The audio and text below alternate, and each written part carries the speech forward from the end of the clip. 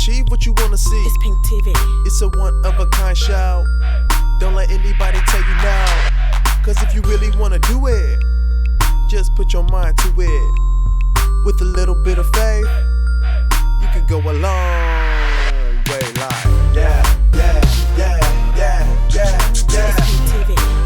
Yeah, yeah, yeah, yeah, yeah, yeah. It's P.I.N.K TV. I'm gonna do it.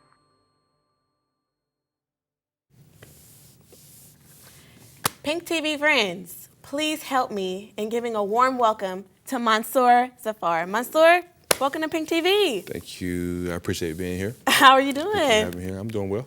Thank you very much. Good, good. So, quick question. Where are you from? Because I know you live in LA, of course. Right. You have this career. Right. You're a music producer in the industry, working with some really big names. I know it didn't always start off that way. Absolutely not. So we want to try and go back to your origin just a little bit. I am originally from Dayton, Ohio, and I went from Dayton to North Carolina. I left home when I was 17. 17? You're still a minor. Yeah, I was. Been trying to pursue my career since then, actually. I've been into music my whole life. But I left home at 17, moved to North Carolina, and then from there I went to Atlanta, Georgia. And then from Georgia, back to Carolina, then out to LA. So you kind of hopped around a little bit before you kind of landed in Trying to figure it out. the metropolis of Los Angeles. Right. So kind of going back to your time in Dayton, Ohio, what was it like growing up there for you? Very interesting dynamic. I was basically lived in a ghetto, pretty much. Dayton, Ohio is very small and condensed, but I'm actually Muslim as well. And my father was actually like, I guess to what Christians say, like a minister or whatnot. He was kind of like that for Islam. So I guess you could say I'm like, there's preacher's kids, and then there's like, I don't know what I am, a Muslim. I don't know. But, yeah. So it was pretty tough because my dad we were like really strict with Islam. So there's a lot of compromising things with that, being from the hood, and then like had to wear like prayer caps. And it was that dynamic was interesting. And then on top of that, then there was the music. And so growing up there, it was kind of hard in the sense of trying to find the balance between religion and being cool or being accepted or whatnot. But then I was very fortunate to be very like into music, and I was into a lot of music programs, and that kind of helped me have my balance. Oh, like what kind of music programs? I was in the band. I sang. I also draw as well, and I did a little bit of sports. And Nice. so I was always active. I was pretty active as a kid. So, but and just like any other ghetto or whatever, you got your amount of this is for kids. I forgot. You have your amount of things that aren't cool that go along and that happen in neighborhoods or whatnot. Yeah. So just trying to find a balance of, as a dude, trying to be cool and doing music and then it was compromising for sure, being Muslim in a way, because just like having to wear like you know what a prayer cap is? It's like it's almost like a what the Jewish people wear? It's like a little, yeah, it's like that. But imagine your friend, though. You're growing up with this guy, and he's got this thing on. It's like, people kind of tease you about it and whatnot. And then my mom, sisters wear like veils, Okay. So it's like, your mom's a ghost, and it's like, I'll whoop you, It's like, so it was kind of difficult, but it was cool though. It was cool. Yeah, for sure. So when you were in these, I guess these extracurricular programs that kind of helped you stay out of trouble. Yeah. And stay out of the streets. And to my understanding, that's kind of where your passion for music grew. Music it runs pretty deep in my family. Both my mother and my father sang, and I started playing drums at the age of 9. My uncle was a drummer. He went to Berkeley, and he taught me how to kind of get started. He kind of taught me long distance from Boston. Okay. And my dad's instruction, where he would call my dad, give him instructions on what books to get me, what sticks to get me, and that kind of thing. He would come like maybe twice a year, and I got a drum set, and on my dad's end. And he was a jazz head, listened to a lot of jazz. And my mother was a singer as well, and she was like, but she listened to like different types of music, like Celtic music. She was eclectic. Yeah. I took that from the Sister Act movie. Yeah, right. Whoopi Goldberg, she said to her class, that means it's eclectic when you Right. like a lot of different styles. Yeah. Okay, so then, so you leave home Right. to pursue this dream of Right. music. I guess you got to LA after kind of bouncing around a little bit. Right. And how did you finally get noticed, or like what did you do when you first got here? I know you must have been pretty. Well, gosh, I know we'll have a lot. There's so much I can say. So much I can say. So let me try to condense this for you.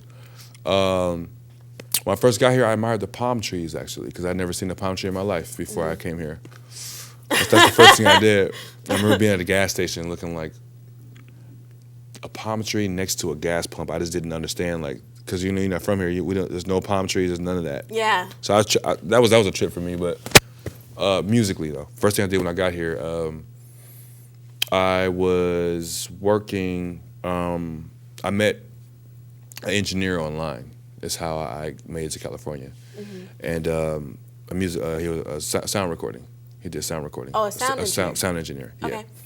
And he was working with a producer that was working with Dre, Dr. Dre, and pretty much I played some music through it was a Yahoo chat is what it was back then.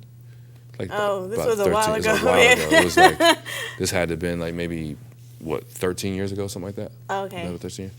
And we just got cool, over the internet. We would talk. He would send me sounds. I would send him sounds. He would send me tracks. I would send him tracks. And pretty much, long story short, out of sight, out of mind. If you're not here in LA, then it's not, it's not gonna work for the most part. Yeah, that's true. So he was gracious enough. His name is Bob Horn, actually. He's a mix engineer. Gracious enough to allow me to stay with him and to move out here. And I stayed with him about 2 years. Wow. And so when I first got out here, he was working with this producer that was he did like some work with 50 Cent when 50 Cent was first coming up. So I was fortunate enough to get like right in the studio. Like my first day here, I was in a Brandy mix session where he's working with Brandy actually. And so I was able to just jump right in, right in off, So the first thing I did actually was went to a studio. Okay. When I got here, after the palm tree situation. After the palm tree. Yeah, after that, yeah. Okay, and so you're living with him for 2 years, and he's kind of trying to help you get on your feet. Right. What was that breaking point? Like, what was that thing that happened that made someone in the industry say, "Hey, I need to work with this kid"? I'm just cool as shit. I'm just cool. He looked at me and said, I see your face. You are cool. No, I'm very chilling. Cool. I'm yes. You know what? I honestly think it is. By the grace of God, I think one thing that always helps me is I try to respect everybody. So I think when you are respectful and you have a good vibe about you and a good energy, I try to give that off. It helps when your product is actually good too. So there were lots of moments, fortunately, where I would go to studios with him, with my friend Bob, and I would get a moment to play some tracks or something, and people were like, "Man, that's crazy, you did that?" And I used to look a lot crazier. I used to be like skinnier and had like braids, and yeah, my mouth wouldn't. The whole situation was a lot different. Everything was a little different. It was, but I think it threw people off a little bit because once you're in LA, you kind of know how it's very visual, with people, how people look at you or whatnot. So I wasn't in the best physical condition or whatnot, but I was respectful and I had some decent music. So there's a lot of situations where people would like give me like a chance or listen to stuff, but yeah. It took a little time. It took me like 15 years total to get in the game. Okay. Yeah. And so the first major producers that you worked with kind of took you in under their wing. Yes. To my understanding. Yes, I was signed to Harvey Mason, which is part of the Underdogs, which is two of them, Harvey Mason and Damon Thomas. I was signed to Harvey for 5 years. They're amazing producers, by They the way. are amazing producers. They had the Incredible. game on lock. I mean, it's still working. You know, they're still doing stuff. It's still Yes. it's still dope. Yes. And I was signed there. But, you know, I was there for 5 years or whatnot.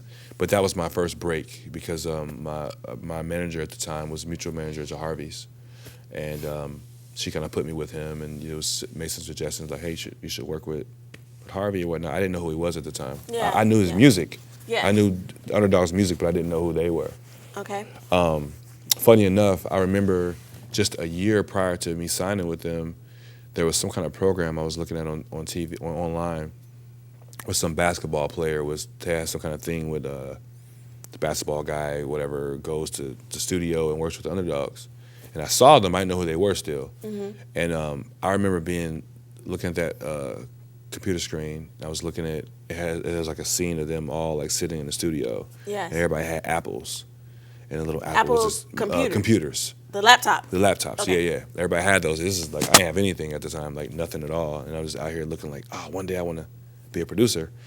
And this guy the basketball player walks into the studio, and it's like everyone's in this big circle with the laptops open, and I'm like, dang, is that how it works in it? You're like, dang, it's so cool, man. I remember thinking like, yeah, and it's like everybody's bobbing, and this person's writing the hook, this person's writing the bridge, this person's tinkering with the beat. I'm like, dang, man, will I ever be able to get to something? I remember thinking I won't, or it just seems very, very far-fetched, very far-fetched. And it was quite intimidating to think about what I have to learn to get to that point.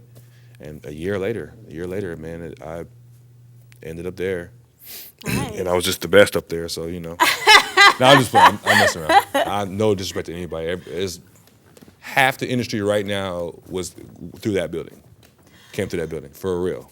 For real, yeah, so. Yeah. For sure. And, you know, just in case someone is looking to get in the industry nowadays, because I know the way that you got in 13 years ago may be different now. So if you could give like some kind of advice to someone now who's trying to break in as a producer in the digital space today, what advice would you think is best to give? Trying to break in, well, if you're not, excuse me, I think one of the key things is being in the right place at the right time, which you can't kind of control, but you can control putting yourself in situations where you will be seen. Mm-hmm. So if that means to take an investment, if you can, or whatever you can, to move to LA if you're not living here, or if you're in LA, you know, try to get around people that are working in the industry or as producers. Try to be around them and try to work with them. Try to get as much knowledge as you can from them or whatnot. That's one thing. Basically, be around. Put yourself in position to be heard, Right. at all costs. At all costs. At all costs. If you really want it, then you gotta do what you gotta do. I left home at 17. It took me 15 years, but I moved to LA. You know, at one point I moved to Atlanta. You know, Atlanta was. I thought I was gonna make it there because back then it was like TLC. It was a story about TLC, how they made it overnight and just came there 2-3 days and met, I guess, Babyface and signed them and they were. Right. Yeah. But it's just so I'm going to Atlanta. You know, you know. So same thing here. You know, put yourself in position. Other thing is to be open, no egos. To be as open as possible to people giving you advice. You know, put your ego aside so that you can, you know, try to look at where someone is in their career, and if you're cool with them, or if you can get cool with them, understand that they are at a place that you are trying to be, and trying to get there. Yeah, so respect that and let them, you know, teach you, and without any ego or whatnot. You know, that's a big one. That's hard because it can be difficult because we're all talented, we're all trying, and we all are passionate about, you know, what we do. So sometimes to take a back seat or let someone else have the stage sometimes can be a little challenging, but the bigger picture is what's most important. It's what's most important, absolutely. And the third thing I would suggest, once you are in or once you're getting involved, try to have as much knowledge as possible about basic business of the industry, such as publishing is a big one. Understand how publishing deals work. Understand how the point system works with your minimum delivery requirements, which can be called MDRCs as well. Understand that and just be cool with people and just be creative, be a receptor, be open, you know. And just keep, don't let anybody get in the way or anyone sidetrack you either. Yes. Yeah. Kind of keep your eyes on what's your more important. goal. Absolutely. Yeah. And then just, act like me. Then you can, then you'll get there. No, I'm just playing. Well, you are definitely cool, Mansur. Man, I'm not cool right now. I'm hot in the lights and all this stuff. Well, Mansur, thank you so much for coming on the show today. You're very welcome. P.I.N.K TV friends, this is Mansur. I hope you learned something today. He dropped some good knowledge on you. P.I.N.K TV is where we prosper ideas through networking and knowledge. Thank you, and we will see you next week. You can follow Mansur on Instagram or search him on Facebook. Check out Mansur's new single with Ashanti entitled Let's Go for Michelle Obama's Drink Up campaign, which encourages everyone to drink more water. To learn more about P.I.N.K TV, visit us on our website, Instagram, and Twitter pages. Don't forget to like and subscribe. Thanks for watching.